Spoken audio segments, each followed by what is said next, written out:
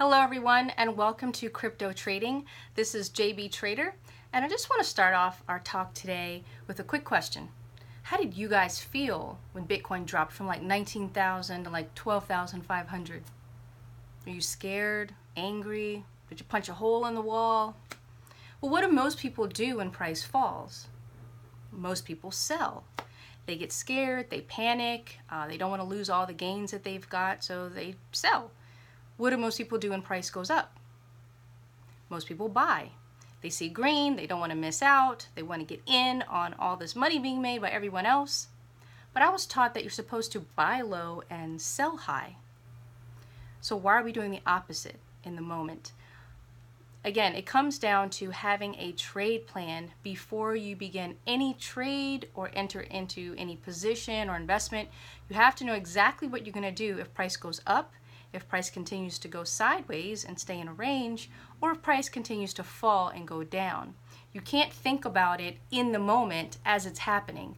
All right, you got to take your emotions out of it because you're not going to make very sound, wise decisions when your money's on the line and you're panicking and everyone's in your ear saying, look at that Bitcoin, look how much it's gone down, you're losing a lot of money, huh? It's like, just take emotion out of it, make a trade plan, execute it, follow your rules, and stick to it no matter what, all right? Now, for people who don't want the volatility of owning Bitcoin right now, they're kind of entering into the Bitcoin futures market. They want that exposure of Bitcoin and the gains and the growth that it's having, but they don't want to own it. They don't want to set up wallets and worry about security and private keys and this and that. They just want to trade something that's regulated and that they can go through their broker with. So they trade Bitcoin futures. Now with Bitcoin futures, well, futures in general, it's deals in contracts. So it's a contract between two parties that makes an agreement to buy and sell something at agreed upon price for a specific date.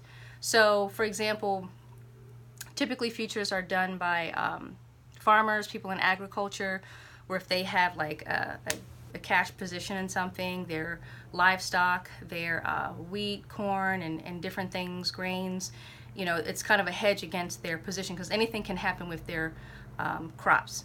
And so they kind of want to lock in a price today where they can still profit no matter what. And then people like me that are traders, we're just speculators. I'm not trying to take possession of any physical asset. I just want to buy low and sell high and make a profit in between. Now, it's interesting because not too long ago I visited a friend of mine in the Midwest, and he's a farmer and he's got like hundreds of acres of actual corn. And when I went and visited and saw his huge trucks and these, you know, big things, he's loading tons and tons of corn in, it was just amazing to actually see people with physical product. And so of course he trades futures, but he does it through a trader. He doesn't do it himself directly. And my husband and I at that time were curious. We kind of looked at a corn futures chart. And when we looked at it, we were like, whoa, according to our analysis on this chart, it's looking a little overbought. And once it gets to this particular price coming up, is a very high probability that price could turn and go down. So we told our friend that, and we asked him to, hey, just talk to your trader, you know, your guy, and talk to him about it and see what he says. And, you know, this is just what we see. So a while later after that, we caught up with him and we saw at the chart that price actually did turn at that price point and fall pretty hard. And we asked him, did you sell your corn? Did you sell some futures contracts at that price? And he was like, no, I didn't. I'm kind of hurting real bad right now. And, you know, price is really low. And we were just like, no. But yeah, so it's very, very important to do technical analysis as much as you can. But that's just the interesting part about futures. It's not just numbers for us speculators. I mean, it is kind of, but this is real life people, you know, that are really trying to hedge something that they're growing and producing. So the CME offered Bitcoin futures around December 18th. And for people who want to trade the futures, you just have to kind of know a few specs. Like the maintenance margin for it is about 43% of the value of however many contracts you're trying to trade. Keep in mind that because Bitcoin futures is so volatile right now, that depending on the volatility and the amount of contracts that you're trying to trade, the CME can raise the margin requirement at the drop of a hat, and it can change at any moment. So right now, a Bitcoin futures contract consists of 5 Bitcoin, and each Bitcoin is priced at $5. So each contract is $25. So every tick value up or down is going to be $25. And so you just have to keep that in mind. Also, some people are scared because of the vast price fluctuations in the Bitcoin futures. So they put in some limits. So they put in a 7% soft limit, a 13% soft limit, and a 20% hard limit. What that means is that if the Bitcoin futures price goes 7% above or below the prior day's settlement price, there'll be a halt in trading for about 2 minutes. Within that 2 minutes, it'll kind of be like pre-market trading. You can't trade, buy or sell, but you can, place orders and cancel orders and modify orders.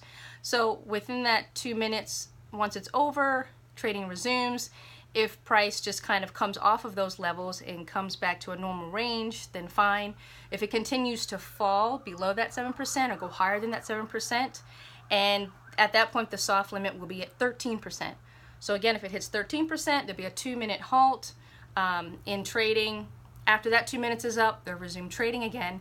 And if it continues to fall, the most that they will let it fall for that day is 20%. Now, the only day that 20% hard limit rule isn't in effect, is on the last day of trading, the settlement day of trading. So just be aware of that and know everything that goes into trading the futures. And the most you can trade is 1,000 contracts for spot Bitcoin futures. So keep that in mind as well. Now, if you don't want futures, or if you want to add in addition to futures, they also have Bitcoin options for you options traders out there. So there's a lot of speculators that are really expecting Bitcoin to go way higher, so they're buying calls. Or if they want it to go way lower, they're buying puts. Or vice versa, they might be selling calls and selling puts and taking in premium. Premium right now is super expensive. It is one of the most expensive things right now. So just budget for that. So guys, just keep track of your margin, know your risk tolerance, and follow your plan before you enter into a position. All right, guys, happy trading. JB Trader signing off, and I will talk to you soon. Peace out.